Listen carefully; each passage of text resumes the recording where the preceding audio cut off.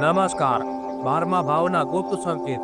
કુંડળીનો 12મો ભાવ માત્ર આપના ખર્ચને સંબંધિત નથી, પરંતુ યોગ્ય દિશામાં કરવામાં આવતા દાનનો પણ છે.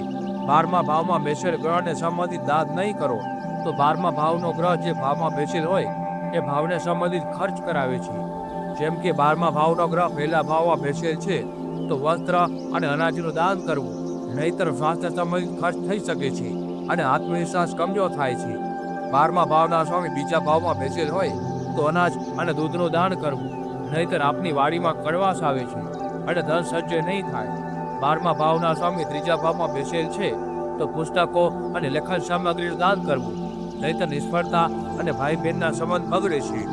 12મા ભાવના સ્વામી ચોથા ભાવમાં બેસેલ છે તો ચોખા, દૂધ અને સફેદ વસ્ત્રનું દાન કરવું, નહીતર મનની અશાંતિ અને પારિવારિક સુખ નથી મળતું. 12મા ભાવના સ્વામી પાંચમા ભાવમાં બેસેલ છે તો અભ્યાસની વસ્તુઓ અને પીળી વસ્તુનું દાન કરવું, નહીતર મનમાં ભ્રમ અને સંતાન પ્રેમથી વંચિત રાખે છે. 12મા ભાવના સ્વામી છઠ્ઠા ભાવમાં બેસેલ છે તો દવા, ગરમ કપડાં અને ગરીબોની સેવા કરવી, નહીતર રોગ શત્રુ રોગથી પરેશાન થવું પડે છે. 12મા ભાવના સ્વામી સાતમા ભાવમાં બેસેલ છે તો શૃંગારની વસ્તુનું દાન કરવું, નહીતર લગ્ન જીવનમાં સુખથી વંચિત રાખે છે. 12મા ભાવના સ્વામી આઠમા ભાવમાં બેસેલ છે તો કાળા તલ, ગરમ કપડાં અને તેલનું દાન કરવું, નહીતર અચાનક થતા નુકસાનનો સામનો કરવો પડે છે.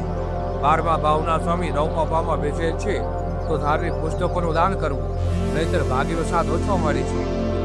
12મા ભાવના સ્વામી 10મા ભાવમાં બેસેલ છે તો અન્નનું દાન કરવું, નહીતર કાર્યમાં રૂકાવટ અને કેરીમાં પ્રગતિમાં બાધા આવે છે.